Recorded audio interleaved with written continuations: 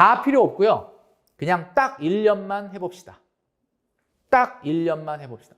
아니 멘토님 그 2년 3년 저축해야지 1억 된다며요. 어떻게 1년만 해요? 뒤는 생각하지 말고 그냥 1년만 해보세요. 그럼 1년 후에는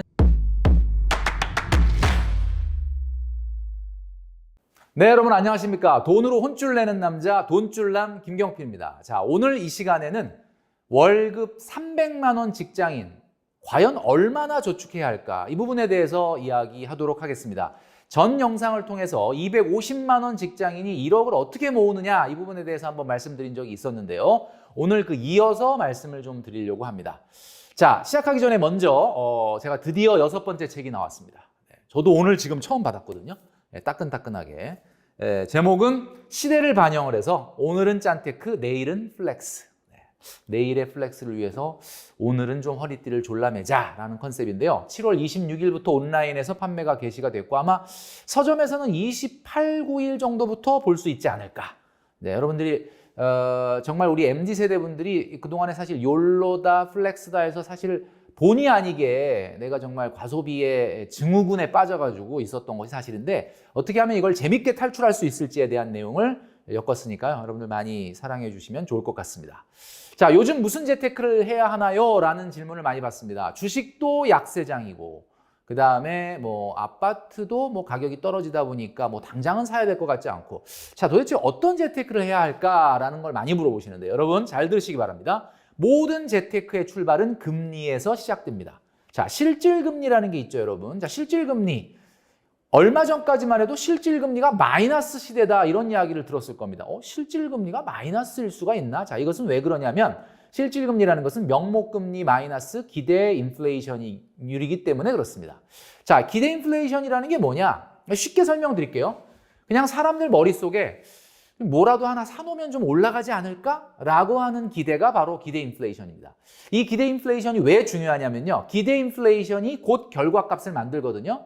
그러니까 한마디로 사람들이 앞으로 인플레이션이 생길 거다라고 생각하면 더 많은 가격을 요구하기 때문에 당연히 물가가 올라갑니다. 그래서 기대 인플레이션을 명목금리에서 뺀 게 실질금리라고 하는데 그동안에는 명목금리가 낮았잖아요. 작년만 해도 기준금리가 0.5%였고 뭐 실제로 대출 이자율도 2% 안 되는 대출도 있을 정도로 금리가 무지무지하게 낮았어요. 그런데 기대 인플레이션은 어땠죠? 높았습니다. 그러니까 뭔가 사놓으면 오를 것 같은 뭐라도 하나 사놓으면 오를 것 같은. 자, 그러니까 명목금리는 낮은데 기대 인플레이션이 높으니까 어떻게 돼요? 실질금리가 마이너스가 되는 거죠. 자, 그럼 실질금리가 마이너스라는 이야기는 무슨 이야기입니까? 대출이 없는 사람이 바보가 되는 거죠. 대출이 많은 사람이 부자가 되는 그게 바로 실질금리 마이너스 시대였던 거죠. 자, 그런데 바람의 방향이 바뀌었습니다. 자, 실질금리, 자, 명목금리에서 뭘 뺀다고요? 기대 인플레이션을 뺀다라고 했는데 지금 명목금리가 어때요?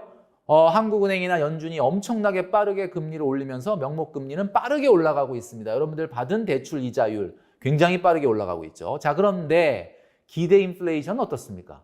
하도 급격하게 금리를 올리니까 지금 꺾였죠. 이제 사람들이 어때요? 야, 뭐래도 사놓으면 올라갈 것 같아 라고 생각합니까? 안 하지 않습니까? 그러니까 기대 인플레이션이 지금 꺾이고 있다 이런 얘기예요. 사실은 이 기대 인플레이션을 꺾으려고 금리를 올린 거였거든요. 그러니까 기대 인플레이션은 지금 급격히 떨어지고 있습니다. 자, 그러면 명목금리는 올라가는데 기대 인플레이션 떨어진다. 그러면 실질금리 어떻게 되는 거죠? 당연히 엄청나게 올라가는 거죠. 그러니까 바로 금리의 역습이 시작됐다. 금리의 역습이 시작됐다라는 거죠. 자, 그런데 여기서 갑자기 궁금한 게 아니 멘토님 금리가 올라가는데 실질금리가 그러면 안 올라가고 낮아지는 경우도 있나요? 있습니다. 자, 어떤 경우냐면요. 실질금리는 뭐라 그랬죠? 명목금리 마이너스 기대 인플레이션이라고 그랬는데 명목금리가 올라가더라도요. 경기가 좋아서 올라가는 경우가 있잖아요. 지금은 아닙니다. 지금은 인플레이션 잡으려고 올리는 거고 사실 경기가 뜨겁고 경기가 좋아질 때는 금리를 올리잖아요. 이 금리가 올라갈 때는 기대 인플레이션도 높아지거든요. 뭐라도 하나 투자해 놓으면 성공할 것 같고 뭐라도 사놓으면 올라갈 것 같고 자, 이런 경우에는 명목금리가 올라가더라도 기대 인플레이션이 빠르게 올라가면 실질금리는 떨어질 수 있습니다. 이게 어떤 시기라고요? 경기가 개선되는 시기. 그런 때 올라가는 금리 인상에는 실질금리가 낮아질 수 있다는 거죠. 그런데 지금은 그게 아니라는 거예요. 그러니까 제가 지금 뭘 이야기하려고 하느냐? 지금은 실질금리가 무지무지하게 올라가는 시대다라는 겁니다. 그래서 저축이 중요하다. 저축 외에 다른 재테크는 독이 될 수 있다. 이런 이야기를 한 거죠. 자, 그래서 제가 오늘 딱 정해드리려고 하는데 갑자기 화면에 딱정벌레가 이거 오랜만에 본다 이거. 딱정벌레가 떴는데 제가 왜 오늘 딱정벌레를 했냐면 제가 요즘 그 삼행시에 빠져 있거든요. 삼행시, 뭐 이행시 이런 거예요. 왜 빠져 있냐면 여러분들 뭐 그 땡땡이 여러분들 잘 아시겠지만 제가 비보TV 팟캐스트에 한 달에 한 번 정도 출연을 하고 있는데 자꾸 그 송은이 씨하고 김숙 씨가 이행시, 삼행시를 자꾸 시킵니다. 그래가지고 처음에는 커피로 하겠다 그래놓고 방송에 슛 딱 들어가고 나니까 갑자기 제가 허리띠 줄라매야 된다고 하니까 허리띠로 갑시다. 삼행시. 이러고 이제 허리띠를 시켰는데 갑자기 준비가 안 된 거라 제가 너무 당황했거든요. 근데 잘 넘어갔어요. 어떻게 넘어갔냐면 한번 PD님이 운을 띄워줘 보실래? 허허실실할 때가 아닙니다. 지금. 리제는 정말 띄어내야 됩니다. 이 과소비중어군. 요렇게 해가지고 아주 잘 넘어갔어요. 그래서 뭐 빵 터졌는데 뭐 김숙 씨가 야, 또 요렇게 넘어가네 이러면서 해주셨는데 그래서 제가 이 사행시가, 삼행시가, 이행시가 나랑 좀 뭔가 좀 체질인가? 이래가지고 제가 만들었는데 딱정벌레입니다. 딱정벌레. 딱정벌레 스타일이 뭐냐면 딱정벌레. 자, 오늘 그래서 여러분들에게 월급 300인 사람, 월급 400인 사람, 월급 500인 사람 도대체 얼마나 저축해야 되는가를 딱정벌레 컨셉으로 말씀드리겠다. 딱정벌레가 뭐냐? 한 방에 딱 정해드리는 벌이에 걸맞는 소비의 레벨. 요게 딱정벌레입니다. 요거 쉽지가 않네. 한 방에 딱 정해드리는 벌이에 걸맞는 소비의 레벨. 자, 요거를 딱 정해드리도록 하겠다라는 겁니다. 자, 직장인들, 2030 직장인들의 그 소득 그 분위를 5분위로 나누면요. 5분위가 뭔지 아시죠? 5등분. 5등분을 하면요. 이렇게 될 수가 있습니다. 우리나라가 지금 작년 기준으로 1인 가구의 평균 소득이 299만 원이래요. 평균 소득이니까 평균 소득. 이거보다 뭐 높은 분도 있고 낮은 분도 있겠지만 자, 가장 많은 거 소득이 높은 5분위. 5분위 같은 경우는 500만 원 이상입니다. 그리고 400에서 500만 원이 4분위. 그러니까 상위 40% 안에 들어가는 분들. 그 다음에 3분위가 300에서 400만 원 정도 사이고요. 2분위가 250에서 300. 그 다음에 250만 원 미만이 1분위가 되겠습니다. 그러니까 상위 20%, 상위 40%, 상위 60% 이렇게 해서 5등분을 냈을 때 1인 가구의 평균 소득이 이제 이렇게 포진하고 있다. 이런 이야기죠. 어떠세요, 여러분? 나는 어디에 해당됩니까? 1분위, 2분위, 3분위, 4분위 중에. 자, 그런데 제가 많은 분들을 상담을 했고 또 조언을 했잖아요. 저축 얼마 해라 라고 딱 정해줄 때 가장 어려운 계층이 어딘 줄 아십니까? 2분위입니다. 2분위. 2분위가 제일 어려워요. 왜 어렵냐면 아예 막 400, 500 정도 버는 분들은 많이 쓰기는 쓰는데 어떤 계기를 딱 던져주면은 저축을 또 많이 합니다. 그래 내가 400, 500 좀 상대적으로 좀 많이 버는데 내가 좀 해봐야 되겠다라고 하면 또 이분들은 또 급격히 또 저축을 늘리는데 또 발벗고 나서는데 상당히 좀 결심을 잘하는 편이거든요. 근데 가장 안 되는 게 250에서 300이에요. 제가 지난 시간에 250만 원 소득 직장인이 1억 만드는 법을 말씀드렸는데 250이면 벌써 1억 얘기 딱 하면은 제가 뭐라 그랬죠? 내가 250인데 어떻게 모으냐 1억을 벌써 이렇게 발끈한단 말이에요. 여러분 제가 뭐라 그랬습니까? 월급이 250이니까 1억을 모아야 되는 거예요. 월급이 250이니까 지금 모아야 되는 거거든요. 그런데 이 계층이 가장 사실은 좀 어려워요. 근데 솔직히 뭐 이해가 안 가는 바는 아닌데 어렵다라는 거죠. 자, 그래서 얼마인지 제가 오늘 딱정벌레 컨셉으로 딱 정해드리도록 하겠습니다. 자, 500만 원 이상은요. 최소입니다. 최소 기준입니다. 500만 원 이상은 267만 원은 저축해야 됩니다. 267만 원. 자, 사실은 400만 원 이상도 똑같이 267만 원을 저축해야 돼요. 그러니까 400만 원을 넘게 번다 그러면 한 달에 267만 원을 저축해라. 자, 267만 원인 이유가 뭐죠? 3년에 1억 만드는 저축입니다. 3년에 1억 만드는 저축. 자, 300에서 400이다. 그러면 얼마 해야 된다? 198만 원을 해야 됩니다. 198만 원. 자, 198만 원은 왜 해야 되느냐? 4년에 1억 만드는 거. 4년에 1억. 아시겠죠? 자, 그 다음에 가장 어려운, 떨려. 가장 저항이 많고, 가장 말이 많고, 가장 힘든 250에서 300. 250에서 300은 157만 원을 하면 됩니다. 자, 5년에 1억을 만들면 된다. 자, 그러면 250 미만도 역시 157만 원 해야 되겠죠. 자, 그러면 이렇게 저축을 하면은 나는 한 달에 얼마의 생활비를 쓸 수 있는 거냐? 자, 250만 원 미만인 분이 157만 원을 저축을 하면 93만 원을 쓰면 됩니다. 한 달에. 여러분, 93만 원 갖고 한 달 생활할 수 있습니까? 충분하죠. 아니, 93만 원으로 생활을 왜 못합니까? 이 세상에 93만 원보다도 훨씬 더 적은 돈으로 생활하는 사람 많다, 적다? 엄청 많다. 자, 1억 5년 안에 내 손에 쥐기 위해서 93만 원으로 생활을 해보자. 자, 250에서 300만 원인 사람이 157만 원을 저축을 하면 얼마를 쓰죠? 한 달에 143만 원. 와, 갑자기 살림살이가 확 나아지는 느낌이네. 예, 157만 원을 하면 143만 원이나 쓸 수가 있습니다. 자, 300에서 400만 원을 버는 사람이 198만 원 저축하면 200만 원을, 202만 원을 쓸 수가 있어. 와, 이거 갑자기 너무 살림살이가 너무 펴지는데? 400에서 500만 원, 500만 원 버는 사람이 267만 원 저축하면 233만 원을 쓸 수가 있고요.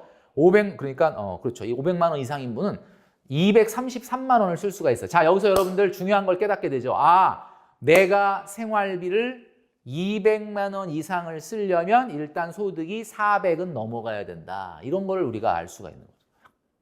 그러니까 여러분들의 소비는 어디에 포인트가 맞춰져야 되느냐? 여러분들 소득과 여러분들의 미래의 목표에 맞춰져서 소비가 돼야 되는데 여러분들의 소비는 어디에 맞춰져 있죠? 내 친구가 뭐 샀더더라. 인스타그램에 뭐가 떴대더라. 요즘 다 이런 걸 떠난대더라. 여러분, 남들 하는 걸 다 하면서 나의 경제적 안정을 이룰 수 없다라 그랬죠. 여러분, 이 부분을 제가 딱 정해드릴 테니까 여러분 꼭 해보시기를 바란다. 자, 여러분, 우리가 아까 제가 허리띠라고 하는 삼행시를 통해서도 한번 얘기했었죠. 어떻게 언급결에 나온 거긴 한데 내가 봐도 괜찮아.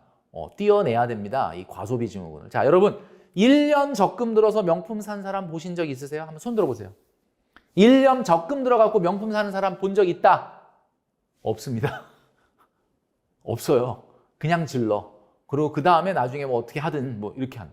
1년 적금 들어서 나는 명품 사람이 있다면 나는 솔직히 박수 주고 싶어. 그건 난 인정. 그건 인정입니다. 1년 적금 들어서 명품 산다? 인정. 근데 그런 사람이 없어요. 여러분, 3년 적금 들어서 자동차 사는 사람 봤습니까? 3년 적금 들어서 자동차 사는 사람이 있으면 나 인정. 나는 그거 좋다고 생각해요. 근데 없습니다. 그냥 사는 거예요. 그냥 사는 거예요. 자, 요즘 임대차 계약의 절반 이상이 반전세라고 합니다. 여러분 뉴스 보셨죠? 임대차 계약의 50% 이상이 반전세다. 옛날 같으면 상상을 할 수가 없는 일이야. 아, 임대차 계약에서 50%가 반전세다? 그럼 월세란 얘기잖아요. 옛날에는요, 임대차 계약의 99%가 전세 계약이었습니다. 요즘 자꾸 월세가 늘어나니까 자꾸 이거를 어떤 집주인과 임대차 보호법의 어떤 허점 이런 자꾸 뉴스가 나오는데 여러분 절대 그게 아닙니다. 왜 임대차 계약에서 반전세가 이렇게 늘어났는지 아세요? 제가 말씀드릴까요? 궁금하시죠? 기다리질 못해서 그래요. 내가 저 집에 2억, 3억, 4억의 전세를 가려면 2억, 3억을 모아야 갈 수 있는 겁니다. 옛날 사람들은 다 그렇게 해서 갔거든요. 그러니까 그 전까지는 2억, 3억이 안 될 때까지는 그 집에 안 가는 거지. 근데 요즘은 어때요? 일단 가자. 지르고 보는 거야. 그러니까 어떻게? 월세를 내. 그냥 월세 내. 내가 돈이 없지만 월세 내고 들어가는 거예요. 자, 아까 제가 얘기했죠. 1년 적금 들어서 명품 사는 사람이 없고 3년 적금 들어서 자동차 사는 사람이 없습니다. 그 사람의 미래가 어떨까요? 제가 한번 말씀드렸죠. 지옥은 공간이 아니라 상황입니다. 우리의 미래를 지옥 같은 상황으로 만들면 안 되겠죠. 여러분, 내가 지금 소비하고 저축하는 것은 내 소득이 결정해야지 다른 사람들의 행동이 결정해서는 안 된다라는 것을 여러분들에게 꼭 말씀드리고 싶습니다. 오늘 딱정벌레, 딱 정해준 이 금액 여러분들 꼭 한번 실천해 보시길 바라면서요. 아, 나는 근데 왜 이렇게 명품에 이렇게 관심을 갖게 되고 명품 갖고 싶고 이렇게 됐을까? 이걸 우리가 경제학에서 베블렌 이펙트라고 하죠. 베블렌 효과. 여러분 많이 들어보셨죠? 미국의 경제학자인 토르스타인 베블렌이 본인의 책인 유한계급론에 처음 말을 하면서부터 시작된 게 이게 베블렌 효과라는 거거든요. 일명 베블렌 효과니까 좀 배불러서 하는 그런 느낌도 드는데 많은 사람들이 그래요. 가격이 오르는데도 일부 계층은 자기의 허영심이나 자기의 부를 과시하려고 가격이 올라가면 수요는 줄어들어야 되는데 수요가 더 늘어나는 현상, 이거를 우리가 베블렌 효과라고 하거든요. 근데 여러분 잘못 알고 계시는 거예요. 우리 지금 MZ세대들, 우리 모두가 한번 소확행이라고 해가지고 명품을 사고 하는 거 있잖아요. 이거는 베블렌 효과가 아닙니다. 베블렌 효과라는 것은 소득이 어느 정도 되는 사람들이 비싼데도 허영심에 사는 것을 베블렌 효과라고 하는 거고요. 지금의 우리 이 명품 시장이 40대, 50대로부터 30, 40대, 20, 30대, 심지어는 10대까지 내려오게 된 이것은 베블렌 효과가 아닙니다. 베블렌 효과가 아니라 바로 이거죠. 파노플리 효과라고 하는 거예요. 파노플리라는 것은 집합이라는 뜻인데요. 이게 뭐냐면 이런 거죠. 소비자가 특정 물건을 소비하면 그 특정 계급, 그 특정 집단에 나도 소속된다라고 하는 착각과 망상을 하는 효과. 이것이 바로 파노플리 이펙트입니다. 어떤 특정한 제품을 소비하는 소비자 집단과 나를 동일시하는 현상. 여러분, 누구나 다 멋진 인생, 부자가 되는 그런 꿈을 꾸죠. 이매지네이션은 누구나 하는 거잖아요, 사람이. 근데 이매지네이션이 그냥 이매지네이션으로 끝나야지 이게 더 심해지면은 이게 딜루션이 되는 거죠. 망상이 되는 겁니다. 여러분, 현실과 망상 사이에서 왔다 갔다 하시면 안 됩니다. 그래서 중요한 거는 특정 소비 물건을 내가 산다 그래서 그걸 소유한다 그래서 그 사람들과 동일시하는 그런 망상에서는 우리 이제 곧 벗어나야 된다라는 말씀을 드립니다. 여러분, 명품을 걸치고 정말 외제차를 탔을 때 멋있다라고 할 수 있겠죠. 그러나 그거는 그분이 그것을 충분히 소비할 수 있는 능력에 올라와 있기 때문에 멋있는 거예요. 그렇지 않고 우리가 일반적인 사람이 자기의 소득보다 훨씬 더 높은 명품을 거쳤을 때 사람들이 우와 멋있다 라고 하는 거에 여러분들이 혹시 착각하시면 안 돼요. 그거는 여러분들 멋있다고 박수 쳐주는 게 아니라 사실은 비웃는 겁니다. 그리고 그것은 멋있는 게 아니고요. 열등감이다 라고 저는 말씀드리고 싶어요. 그래서 우리가 다른 건 모르겠지만 이제 우리가 사회 전반적으로 뭔가 인플레이션에 허리띠를 졸라매자 이런 분위기 아니겠습니까? 자, 나 혼자 할 때는 힘들지만 사회 전반적으로 같이 하는 거니까 한번 힘내서 해보자. 저는 항상 늘 이런 말씀을 드립니다. 우리 멘티들과 이야기할 때 제가 뭐 부자는 아니지만 그래도 뭐 직장 생활한 사람 치고는 이제 경제적 안정이 올라와 있는데 내 이 경제적 안정이 어디서 왔는지를 저는 늘 생각을 해요. 이 행복감이 어디서 왔느냐? 저는 행복감이 안정감이라고 생각합니다. 자, 안정감. 안정감이 행복감이거든요. 불안한 게 없어요. 그러니까 딱 안정. 자, 이게 어디서 왔느냐? 자, 행복감의 공식을 알려드리겠습니다. 행복감은 어디서 오느냐? 원하는 것분에 가진 것에서 오는 거죠. 자, 이 수식을 잘 보세요. 그러면 행복감이 늘어나려면 어떻게 해야 돼요? 원하는 게 줄어들든지 가진 게 늘어나든지 해야 됩니다. 자, 그런데 여러분들이 왜 돈을 쓰면 쓸수록 행복해지지 않는지를 제가 오늘 이 수식을 통해 증명해 보이도록 하겠습니다. 잘 들으십시오. 여러분 행복해지고 싶죠? 행복감은 안정감이라고 했습니다. 그런데 왜 나는 돈을 쓰면 쓸수록 행복해질 줄 알았는데 돈을 쓰면 쓸수록 행복감이 없어지지? 왜 행복하지가 않지? 자, 알려드릴게요. 원하는 것분에 가진 것이라 그랬죠. 그러면 돈을 써요. 그러면 가진 것이 어떻게 되죠? 줄어들죠. 분자값이 줄어듭니다. 그러면 분자값만 줄어드느냐? 돈을 쓰잖아요. 원하는 게 늘어나. 돈을 쓰잖아요. 원하는 게 늘어나. 옛말에 이런 말이 있지 않습니까? 말 타면 경마 잡고 싶다고. 저도 그게 무슨 뜻인지 몰랐는데 말을 딱 타면 경마 잡고 싶다. 그럼 이제 경마라는 게 그거더라고요. 그러니까 그 높은 분들 말을 이렇게 딱 그 고삐를 잡고 이렇게 움직여주는 거. 그게 경마 잡는 거래요. 그러니까 말을 딱 타면 경마 잡고 싶다. 호의가 계속되면 권린 줄 안다. 여러분, 소비를 하면 할수록 나의 자아는 더 많은 걸 원하게 돼 있습니다. 그래서 행복감이라는 거는 왜 돈을 쓰면 쓸수록 행복해지지 않는 걸까요? 가진 게 줄어들어서 분모값이 줄어드는데 원하는 가진 것이 자꾸 줄어들어서 분자값이 줄어드는데 원하는 건 자꾸 늘어나니까 분모값이 늘어나니까 당연히 행복감이 떨어질 수밖에 없는 거죠. 돈을 쓰면 행복할 줄 알았는데 돈을 쓰면 행복해지지 않습니다. 반대로 얘기하면 돈을 안 쓰면 무지무지하게 행복해지는 거지. 왜? 가진 것도 줄어들지 않고 원하는 것도 크게 늘어나지 않기 때문이죠. 자, 오늘 여러분들에게 말씀드린 이 내용을 한번 마지막으로 정리하고 마지막 말씀을 좀 드리려고 하는데, 자, 저는 이렇게 말씀드리고 싶어요. 아까 500만 원 이상 267만 원 몇 년? 3년. 그 다음에 300만 원, 400만 원 사이 198만 원 몇 년? 4년. 250만 원, 300만 원, 157만 원, 5년 안에 1억을 만들어 보자라고 말씀드렸는데 다 필요 없고요. 그냥 딱 1년만 해봅시다. 딱 1년만 해봅시다. 아니 멘토님, 그 2년, 3년 저축해야지 1억 된다며요. 어떻게 1년만 해요? 뒤는 생각하지 말고 그냥 1년만 해보세요. 그러면 1년 후에는 제가 시키지 않아도 계속 하고 싶은 마음이 들 겁니다. 여러분, 마지막으로 여러분들에게 이 말씀을 드리고 마무리하려고 합니다. 마라톤 선수들이 42.195km를 뛰죠. 42.195km를 뛰는 마라톤 선수가 35km 때 어떻게 뛸까 생각하고 뛸 것 같습니까? 40km 부근에 어떻게 뛸까? 25km 부근에 어떻게 뛸까? 이거 생각하고 뛸까요? 천만의 말씀입니다. 지금 화면에 보여드리는 이 선수가 바로 전 세계의 마라톤 세계 신기록 보유자입니다. 2시간 3분 1초 만에 42.195km를 뛰었는데 이분에게 물어봤어요. 20km, 30km 때 어떤 전략을 썼느냐? 그랬더니 이분이 하는 얘기가 아무런 전략이 없다. 나는 내 앞에 주어져 있는 100m를 그냥 열심히 뛰었을 뿐이다. 그러니까 마라톤은 100m 달리기 420번을 하는 운동이었던 것입니다. 자, 오늘 여기까지 말씀드리면서 다음 시간에 뵙도록 하겠습니다.